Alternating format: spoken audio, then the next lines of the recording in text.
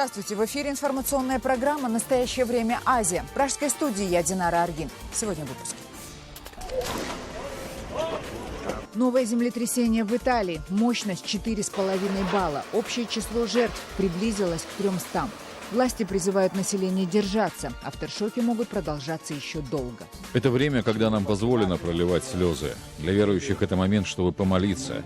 Для всех нас это момент уважения и боли. Узбекские десантники взяли в плен 4 сотрудников кыргызской телевышки на горе Унгар-Тоо. Конфликт между Кыргызстаном и Узбекистаном из-за спорного водохранилища продолжает обостряться. Официальный Бишкек обвиняет в предательстве бывшее руководство страны. Лояльные властям средства массовой информации говорят, что Унгар-Тоо перешла Узбекистану.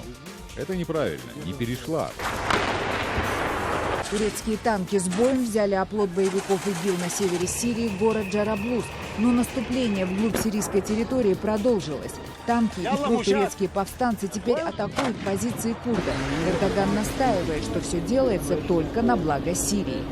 По информации, которую мы только что получили, ИГИЛ пришлось покинуть Джараблус. Ученые нашли вторую Землю в звездной системе Проксима Центавра. Это самая близкая к нашему Солнцу звезда. Лететь до нее всего 24 года. Есть ли на открытой планете жизнь, пока остается загадкой. При таких условиях возможно существование жидкой воды, а значит и жизни. Число погибших при землетрясении в Италии приблизилось к 300. И эта цифра, по заявлениям итальянских властей, скорее всего, не окончательная, поскольку спасатели разобрали только часть завалов. Под руинами могут находиться еще сотни людей. Тем временем в районе наибольших разрушений произошло новое землетрясение силой 4,5 балла. Это меньше, чем в первый раз, когда подземный удар составил 6,2 балла, но достаточно, чтобы еще больше осложнить ситуацию.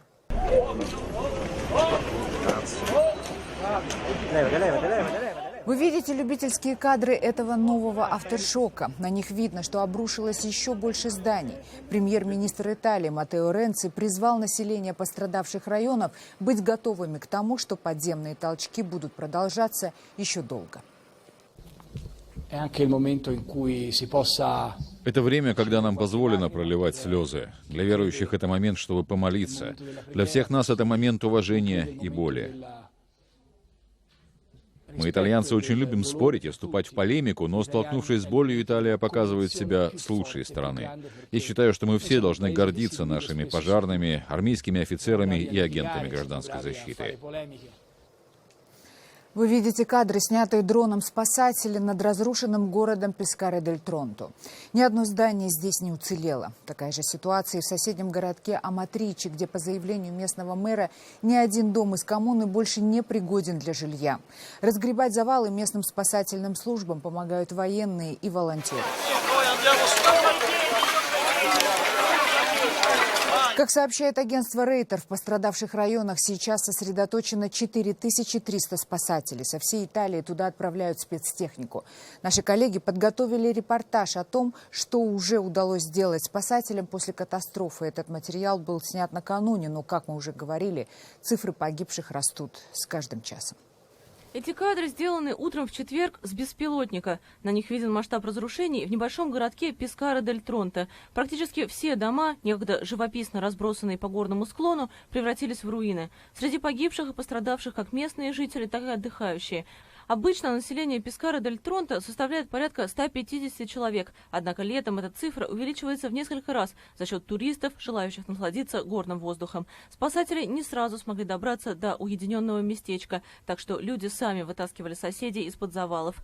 Всего, по последним данным, в результате землетрясения магнитудой 6,2, потрясшего регион в ночь на среду, погибли 247 человек. А это видеозапись из города Аматриче, наиболее пострадавшего от землетрясения. На завалах работают бульдозеры, спасателям помогают полицейские и военные.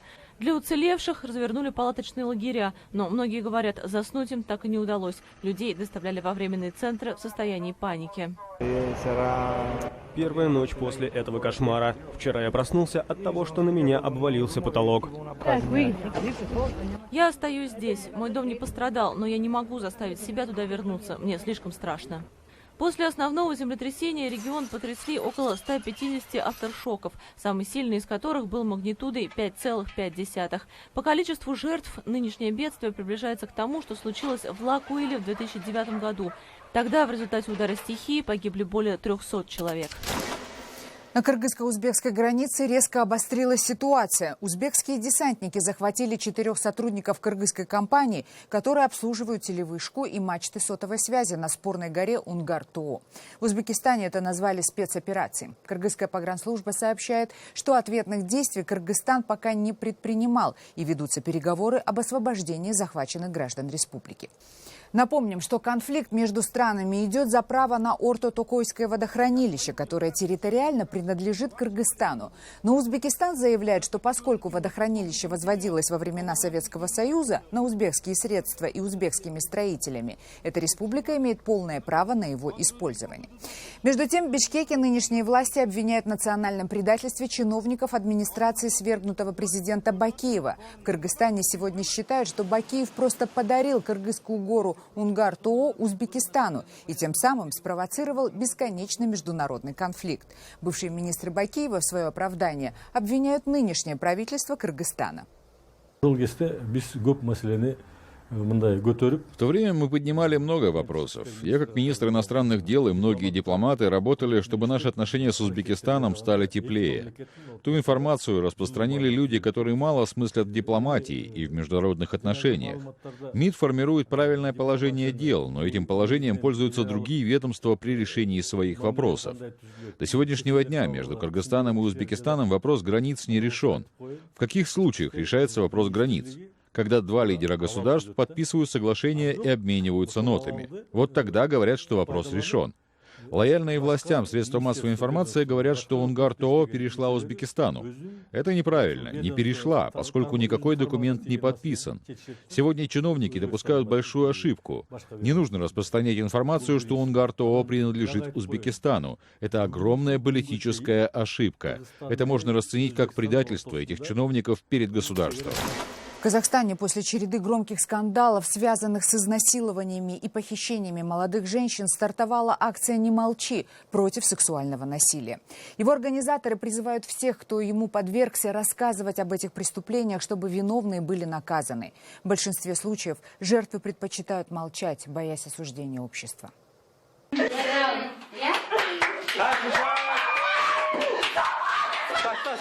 К примеру, похищение девушек для женитьбы даже записывают на видео и безбоязненно выкладывают в интернет. Вы видите как раз такие кадры, которые были опубликованы в казахстанских соцсетях. На девушку пытаются надеть платок, чтобы она уже не смогла вернуться в родительский дом. Девушка отчаянно сопротивляется, но в результате теряет сознание. В комнате находится несколько мужчин и женщин, никто из которых не встал на защиту девушки и даже наоборот посчитал эти насильственные действия вполне традиционными. К акции «Не молчи» уже присоединились сотни женщин. По данным казахстанских НПО, практически каждая вторая женщина в республике подверглась либо сексуальным домогательствам, либо изнасилованиям. Правозащитники требуют ужесточить наказание за сексуальное насилие и перевести это преступление в разряд тяжких. Особенно, когда речь идет о групповом надругательстве над женщинами и детьми. Я не хочу, чтобы повторилось это с вашими детьми, с вашими дочерями, внучками, матерями. Я хочу остановить это. Пожалуйста, помогите. Только после видеообращения матери через социальные сети дело изнасилованной девушки из Есика сдвинулось с мертвой точки. Со слов Гульбадар Мусинова, ее дочь возвращалась с братом после семейного торжества, когда ее похитили 4 парней на машине и увезли в неизвестном направлении. Родные нашли девушку недалеко от здания местного РУВД. Она как сказала? Они меня изнасиловали, они потом сидели и решали, что со мной делать. Они хотели меня убить. Не найдя защиты у правоохранительных органов, семья обратилась в общественный фонд «Тансари». Уже через несколько часов множество неравнодушных казахстанцев высказали свое негативное отношение не только к дерзкому преступлению, но и к бездействию полицейских. Это не только на уровне полиции, это и на уровне больниц. Хирург позволил себе нелестное высказывание в адрес девушки. Почему-то он позволил себе упреки в адрес жертвы в тот момент, когда она проходит тяжелейшую процедуру, в тот момент, когда ей надо сдать анализы. Он даже эти анализы не стал брать. Она говорит, я удивилась, что он с меня только взял вот эти вот, побои снял. А мазки, которые он должен был тоже взять, он ее отправил почему-то в роддом. С переживаниями молодой девушки, подвергшейся изнасилованию, Дина Смаилова знакома не понаслышке. В начале июля она открыто написала о том, что 27 лет назад была изнасилована группой лиц. За считанные дни под хэштегом «Не молчи КЗ» появились тысячи подобных историй. Я вижу, что мы изменили сознание общества. Я просто аплодирую, потому что женщины, которые вышли, открыто написали, я не боюсь сказать, не молчи там или еще что-то. Это же не одна страна была, это же очень много стран. И первое время испуганные мужчины, притихшие, а сейчас какая волна пошла поддержки от мужчин.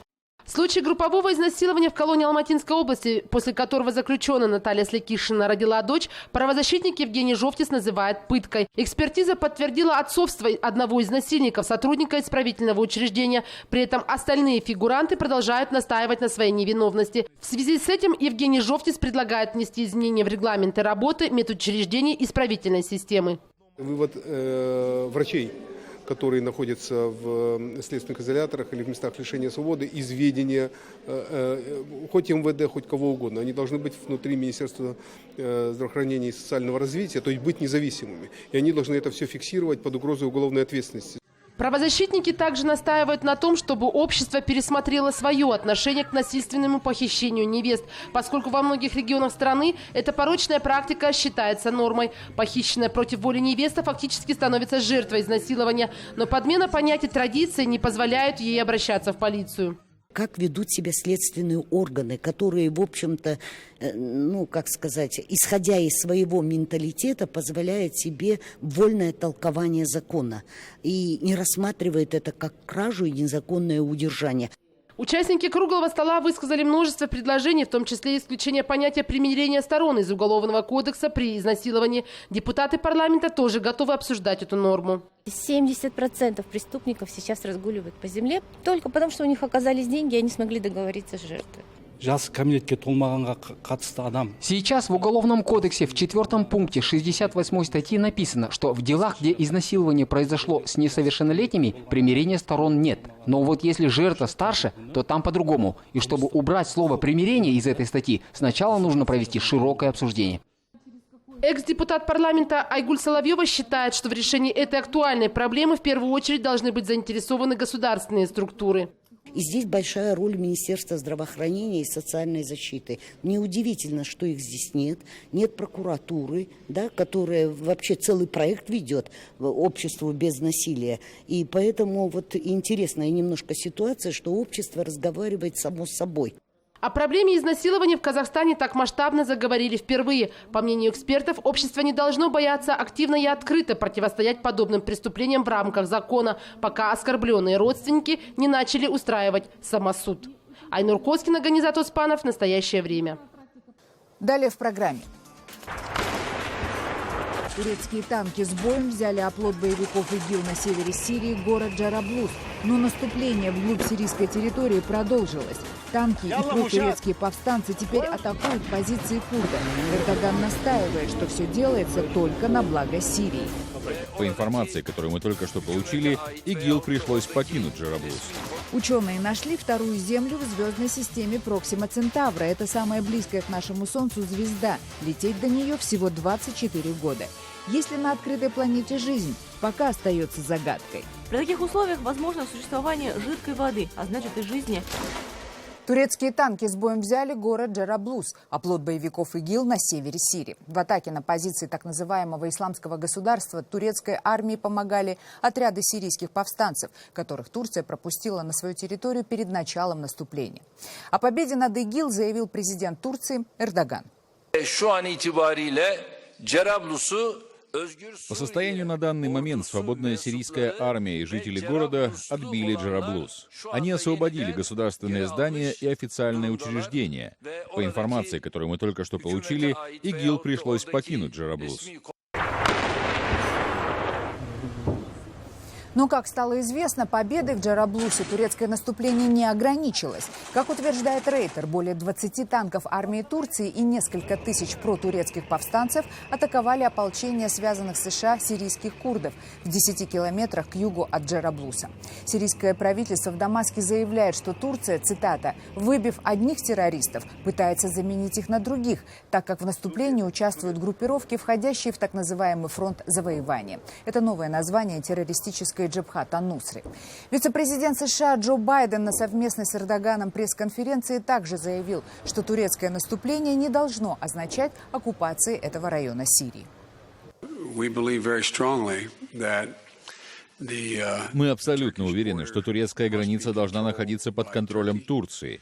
Не должно быть никакой оккупации этой границы какой бы то ни было группой, кроме Сирии, которая должна быть целым и единым государством, не разделенным на маленькие кусочки.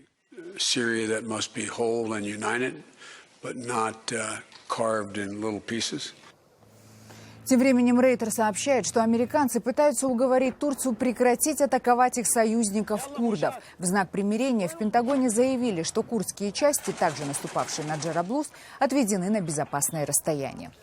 Нападение на беженцев в небольшом финском городе Форса. Несколько десятков человек, вооружившись бейсбольными битами и металлическими трубами, устроили массовую драку у центра приема беженцев. Сообщается о 5 пострадавших, но, по мнению полиции, их может быть больше. 2 из нападавших задержаны.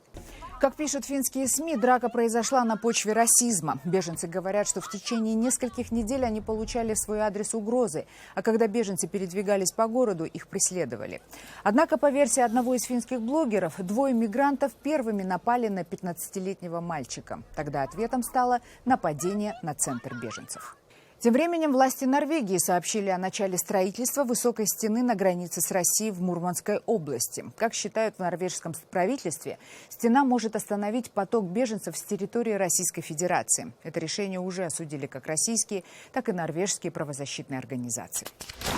Из Британии пришло сенсационное известие. Самый большой в мире летательный аппарат, который является одновременно и дирижаблем, и самолетом, потерпел крушение во время своего 2-го испытательного полета. И теперь инженерам, создавшим этот летательный аппарат за 100 миллионов фунтов стерлингов, возможно, придется вернуть деньги инвесторам. Это кадры падения летательного аппарата, с которым уже успели связать будущее мировой авиации. Британские шутники пишут в Твиттере, что это была самая медленная авиакатастрофа в истории человечества. Причем никаких объяснимых видимых причин для нее не было. Напомним, что первый полет этого дирижабля-самолета прошел успешно на прошлой неделе, что воодушевило всех сторонников дирижаблестроения. На фоне новостей из Британии о создании собственных программ дирижаблестроения заявили сразу в нескольких странах, в том числе и в России, где собираются потратить на этот проект 240 миллиардов долларов. Между тем, наблюдательные англичане публиковали в сети снимки супергиганта и находили на них сходство с самой дорогой частью тела певицы Дженнифер Лопес. По мнению британцев, такой летательный аппарат не мог не потерпеть крушения. Европейские ученые объявили, что обнаружили самую близкую к Солнечной системе планету, на которой может быть жизнь. Проксима Б, так пока ее назвали, сопоставима по размерам с Землей. Расстояние до нее составляет 4,2 световых года или 24 года полета на космическом корабле. Известный британский ученый Стивен Хокинг объявил, что в следующем году к открытой планете отправится специальный космический зонд размером в 1 сантиметр. Подробности в репортаже Рейтер. Проксима в переводе с латыни значит «близкая», и Проксима Б, похоже, оправдала свое название. Ученые из Европейской Южной обсерватории уверены, они нашли ближайшую к Солнечной системе экзопланету. Это тип небесных тел, похожих на Землю. Размер, структура и температурные условия делают такие планеты потенциально пригодными для жизни. Масса этой планеты составляет 1,3 массы Земли, и они очень похожи по форме и происхождению. Это не газовый шар, как Юпитер, так что люди или кто-то еще могут легко стоять на ее поверхности.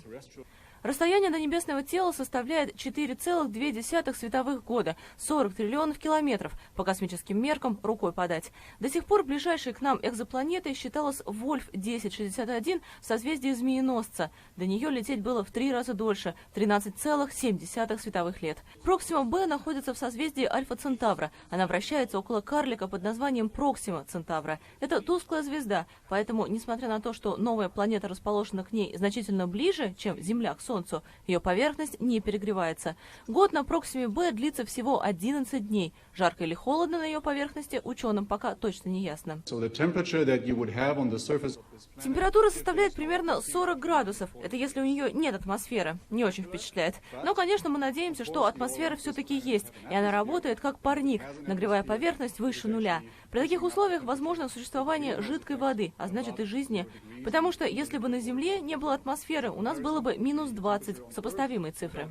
За последние 20 лет ученые обнаружили 3500 экзопланет за пределами Солнечной системы. Однако большинство из них находятся столь далеко, что более подробно исследовать их сейчас невозможно. Вокруг Земли за 50 дней. Кыргызстанский пилот Союзбек Салиев отправился в кругосветное путешествие на одномоторном самолете. Вылет откладывали несколько раз, но в конечном итоге все приготовления были завершены. Свой полет Союзбек Салиев посвятил 25-летию независимости Кыргызстана. На проводах пилота побывала наша съемочная группа. Улыбкой он пытается скрыть волнение. Через считанные часы Союзбек Салиев отправится в свое главное странствие в жизни – кругосветное путешествие. И даже при стопроцентной готовности мысли о форс-мажоре преследуют его. Все планы, они изменчивые. Мы зависим от многих факторов в пути. Это погода в первую очередь. Второе – состояние самолета. Не дай бог, болезни или инфекция, что-то там в Африке. Облететь вокруг Земли – давняя мечта летчика. На подготовку ушли годы. Чтобы купить надежный самолет, пришлось продать квартиру, машину и даже взять кредит. Самое сложное было уговорить жену, понимаете? Вы не можете продать квартиру без согласия жены. Это по нашему закону, поэтому самое сложное было. Но, тем не менее, она поняла и поддержала мой проект. В путь Союзбек Байки отправится не один. С ним полетит его друг, опытный пилот из Литвы Йонас Жукнус, который уже однажды совершал кругосветку. Вместе не страшно, говорят летчики. На одномоторном самолете Muni Ovation 99 года они установили дополнительный топливный бак, да и к внештатным ситуациям подготовились. Имеется Life Raft, это плот спасательный над океаном, спасательный жилет, GPS-трекер. Ну и для подачи сигнала специальная переносная портативная спутниковый телефон. Самолет подготовлен довольно тщательно. И сама марка самолета, эти самолеты самые такие более-менее надежные. Ну, поломки бывают, но структурных очень твердое крыло на этом самолете, хорошая аэродинамика, мощный двигатель. И навигационное оборудование тоже соответствует требованиям. Союзбек Байки, этот флаг вы пронесете над всей территорией земного шара. Расскажите, пожалуйста, вот у вас белая там полосочка есть. Что вы собираетесь на этом делать? Флаг нам вручил премьер-министр страны. Так. Вот, и белая полоска специально нашита, чтобы здесь ставить печати тех аэропортов, где мы будем садиться. Разумеется, где это есть возможность. Получается, сколько будет там нашивок? 19. 19 стампов, да. 19 нашивок всех печати. Сколько континентов вы захватите? Африка, Южная Америка и Евразия. За исключением Австралии? Да, Австралия. Австралия и Европа, Северная Америка. Подобных путешествий в мире было порядка 500, но представитель Центральной Азии сделает это впервые. Свой вояж пилоты посвятили 25-летию независимости Кыргызстана. Перед вылетом у них есть своя примета. Нельзя фотографироваться.